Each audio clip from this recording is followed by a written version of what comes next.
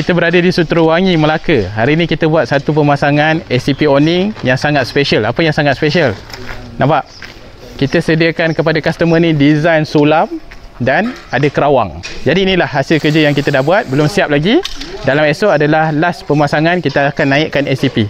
Okey? Jadi lepas ada design sulam, nak bagi lagi cantik dan lagi nilai estetika tu naik, kita tambah dengan kerawang. Besi 2x3 dah terbaik dah untuk make sure anda dapat kualiti SCP yang terbaik dengan harga yang lebih berpatutan. Dan apa special dekat rumah ni? Satu, design sulam.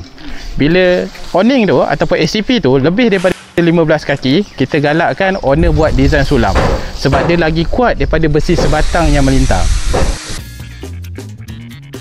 Okay, lepas pemasangan SCP ni, untuk dia punya penyambung ni kita akan silikon dulu. Silikon tengah.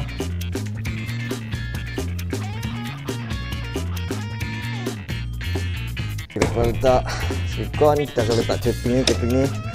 Di kanan ni kita akan letak getah untuk double safety lah, untuk air tu takkan masuk, untuk dia backup silikon ni lagi. So lepas tu kita akan letak macam ni untuk, dan tekan sikit. Kita akan screw di tengah-tengah lah untuk dapat ikat besi. Explosions, iron guards,